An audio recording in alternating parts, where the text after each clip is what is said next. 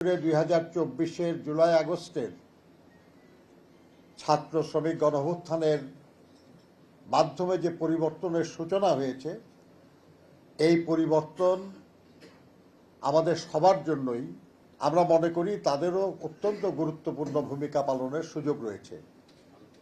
তারা সংসদে এবং সংসদের বাইরে তারা এই শ্রমিক ইস্তাহারে বর্ণিত শ্রমজীবী মানুষের যে আকাঙ্ক্ষা, সেই আকাঙ্ক্ষার কথা তারা পুনঃ ব্যক্ত করতে পারবেন এবং যেখানে যেভাবে সম্ভব তারা এই ব্যাপারে জনমত সৃষ্টি করা, এই ব্যাপারে প্রভাব বিস্তার করা এবং এই ব্যাপারে চাপ সৃষ্টি করার ক্ষমতা রাখবেন।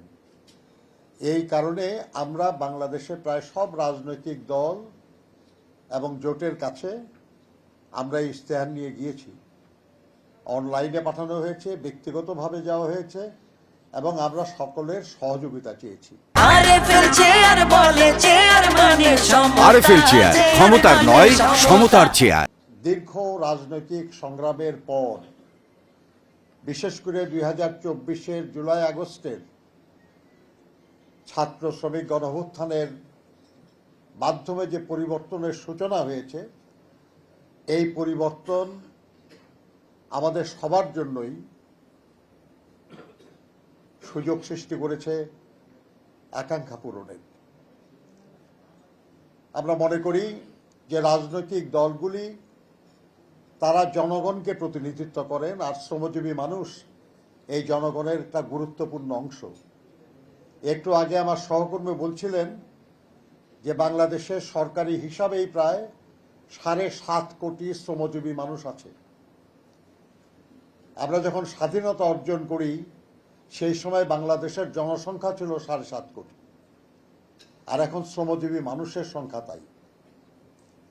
এই বিপুল সংখ্যক মানুষ, এবং মনে রাখতে হবে যে এরা সবাই ভোটার, এরা সবাই পরিবারের উপার্জনক্ষম মানুষ, ফলে পরিবারের অন্যান্যদের প্রতিও তাদের প্রভাব আছে।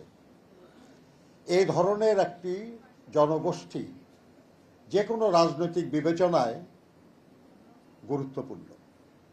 এই কারণে আমরা আশা করি যে শ্রমজীবী মানুষের কল্যাণের জন্য যে দাবি বা আকাঙ্ক্ষাগুলির উপস্থাপিত হয়েছে শ্রমিক ইস্তাহারে, সেটার প্রতি আমরা রাজনৈতিক দলগুলির সমর্থন পাব, সমর্থন এবং সহযোগিতা প্রত্যাশা করি এবং তাদের পরামর্শ আমরা প্রত্যাশা করি। এই শ্রমিক ইস্তেহার আমরা আপনাদের সবাইকে দিয়েছি, রাজনৈতিক দলগুলিকে দিয়েছি, বিভিন্ন শ্রেণী পেশার সংগঠনকে দিয়েছি, আমরা মিডিয়ার কাছে পৌঁছিয়েছি, আমরা আমাদের সহযোগী আন্তর্জাতিক সংস্থাগুলিকেও আমরা এটা দিয়েছি। কাজেই আমরা সবার সহযোগিতা এখানে প্রত্যাশা করি। আমরা কিছু অধিকারের কথা বলেছি। এই সব অধিকার আমাদের দেশের সংবিধান, আমাদের দেশের প্রচলিত শ্রম আইন এবং আমাদের দেশ রাষ্ট্র হিসাবে যেসব আন্তর্জাতিক প্রতিশ্রুতি দিয়েছেন, বিভিন্ন কনভেনশন এবং কভেনেন্ট র্যাটিফিকেশনের মাধ্যমে, তার আলোকেই আমাদের এই সব আকাঙ্ক্ষা। এখানে কোনো কিছুই এমন বলা হয় নাই